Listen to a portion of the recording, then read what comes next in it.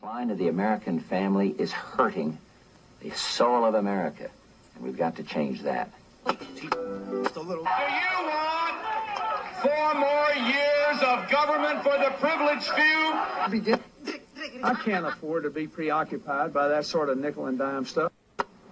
If you're feeling inundated by politics, don't worry. Our next piece is not about elections, but it does carry an important message about something that sure is related: leadership. Please watch closely. I think you'll find this a profound story.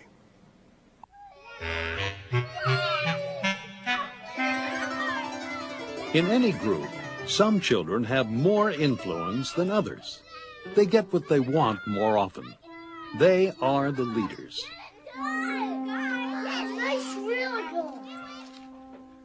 Colgate University student Lily Cabazon is trying to figure out who the leaders are in this group of 5-year-olds. We're trying to get an objective view and a measurement of which children are dominant and which children are submissive. And it was done through observation while the children are at free play. Oh, yeah, right. Lily doesn't just watch and decide who seems dominant and who seems submissive. She has a much more precise method. What she does is count. She keeps track of a range of behaviors that indicate dominance. Some are obvious, like telling someone what to do. Caitlin, you go, but I have a next-door neighbor that does. But I have a next-door neighbor that does. Jessica on the left commands, and Caitlin obeys. Here's Sean on the right, tells his friend what to do. You pick those up. Be quiet. Lily also counts physical dominance. Who initiates it? Who is the target? Here, Caitlin is on the receiving end of a bite. Gestures are also important, like hands on hips. And chin thrusts. Both mean dominance. Facial expressions count too, like this submissive smile. When it's all tallied, the results are clear. Sean has an extremely high dominance score. He is a leader in the group. Kiss the bride. So is Jessica. Caitlin has one of the lowest dominance scores. What makes certain kids dominant? What's their secret? Psychologist Carrie Keating believes it's gestures and expressions that matter most. What we say is less important than how we say it. To test this, Carrie has designed a fascinating experiment. In real-world dominance situations, in real-world leadership situations, it's frequently not the words that people say that distinguish them as leaders. They don't often have the best words, and they don't often have the best ideas, necessarily. But what they have is a way to move us. What we're really studying here is a little chunk of what you might consider that charisma that defines leaders. What we're going to do is I'm first going to tell you a secret, okay? All right, so we're going to ask Carrie to leave. Oh, okay. We're going to tell secrets that I don't get to hear. No. I'll be back later. Okay. As a test of charisma, the children will be put in a psychological hothouse. They'll be asked to lie. Take a real tiny sip. This juice has been heavily laced with salt and baking soda. Do you like it? You don't like it. Does it taste yicky? Okay, it tastes yucky. So when Carrie comes back, okay, you're going to tell her, we're going to pretend that we like it, okay? Ooh, I heard a knock. Look at all that nice juice over there. Did you have a drink? Was it a good drink? Yep. Yep. Why? What did you like about it?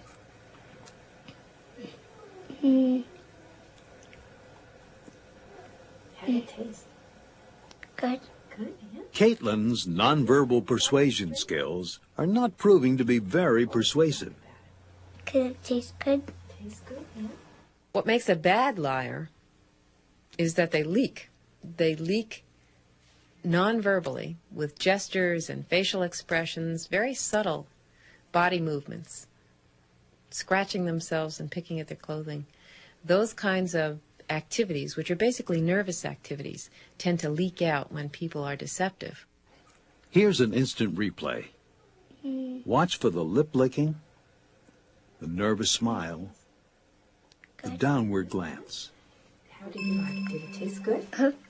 What did it taste like? Sean's deception, on the other hand, barely leaks out at all. It's hard to spot any of those nonverbal giveaways. Yeah, what would they like about it? The taste. They like the taste? What did you like about it? Because it tastes more sweet. Now you decide. Would these children fool you? Yeah? What would they like about it? Because it tastes a little Here's the best way to judge nonverbal behavior. Get rid of the distracting words. Just focus on the faces.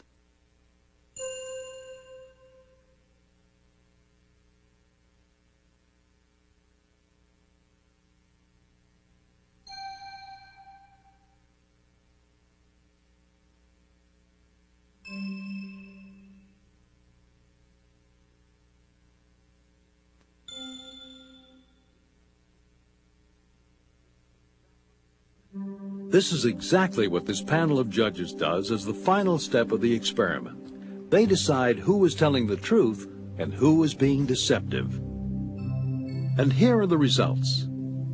Sean was the best at fooling the judges. Jessica was a close second. And Caitlin was the worst. And look at how that compares to the leadership ratings from the classroom. Remember, Sean was the most dominant child, followed closely by Jessica, and the least dominant, Caitlin. Carrie finds this connection again and again. The girls and boys best at the deception task are the most dominant in their social group. Their nonverbal behavior is the most persuasive, even when they're not telling the truth. What happens when kids grow up? Does the essential connection between nonverbal persuasion and leadership remain? If it does, then we should be able to predict which of these adults will be dominant, simply by watching them lie. This tastes really good. Do you think young children would like that? Oh, sure. Chris is probably not going to be dominant. He's a terrible liar. Ty's not very convincing either. Michael's pretty good. Not too much in his expression. Jeff is a real poker face. It's impossible to tell whether he's lying or telling the truth, so he should be the dominant type. You have just crash landed in the woods of northern Minnesota and southern Manitoba. The last weather report indicated that the temperature would be minus 25 degrees in the daytime and minus 40 at night. While escaping from the plane, your group salvaged... In this next part of Carrie's experiment, we'll be able to see if the prediction is correct. This group has to work together to figure out how to survive a plane crash. But it's not the group's ideas that matter to Carrie. It's who emerges as a leader. Okay, you can begin. All right, okay. I don't think we really need the cigarette lighter. It has no fluid. It will serve absolutely no purpose, so therefore should go relatively last. Wait. Yeah, you could use a spark. Yeah. Knife, I think, is absolutely essential. That's probably number one. The discussion meanders for a while, and then Jeff takes control. Okay, guys, what I think we need to do first is to decide, I mean, I know, like in a wilderness type survival situation, you have priorities, and that you should assess your priorities first and then rank your materials to kind of correspond with your priorities. Well, what about food? I mean, if you can't necessarily assume that you're going to be wrecked, you can provide yourself shelter, but you have to come up with possibly some substance. Right. Possibly get... Chris, who remember was a terrible liar, has some good ideas. But according to Carrie, that's not what it takes to be a group leader. We'll say prepare for a long stay. Last. Okay. That person may not be the person with the most information or the best ideas, but that's the person who is best at maneuvering and manipulating the group members, helping them along with their ideas, and making members feel that they have moved towards some consensus. Okay, does everybody agree with that? Jeff, who is proving to be an expert at consensus building, is also a student leader on campus. The next thing you want to do is be rescued, okay? It was cold and refreshing, and it... What about adult women? Want to have more of it. It was very... Would you predict that Paula would be a leader?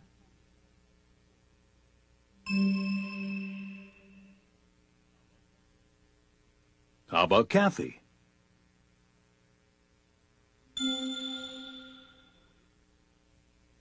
Maria? With a cigarette lighter, you just get the little sparks going. Whatever you guess, you're probably wrong. Remarkably, for women, Carrie has found no relationship between deception and leadership. A leader will still emerge from this group, but Carrie does not yet know how to predict who that leader will be. I mean, what you can just kind of break. Well, I guess if you need a if big. All she can say is that women who are good at deception are not necessarily good at leading their peers. Food is your last priority, like actual food, I've heard because you can survive for up to 6 weeks without food. But with adult males, as with children, Carrie has found an unmistakable connection. Our laboratory research has shown that males who are best at a deception task emerge as leaders among their peers. It's not necessarily the case, though, that leaders disguise the truth any more than the rest of us do. But the implications of our research are that if they chose to do so, they would be very, very good at it. The past 20 years of American politics haven't left us very enthusiastic about the idea of leadership. But Carrie Keating's research is not just another knock on politicians. What she's telling us is something more troubling. The skill that makes people persuasive can also make us trust them, even when they're lying. That's why elections are hard work for us voters, as well as for the candidates. We have to check things out for ourselves and make choices based on facts, not on images.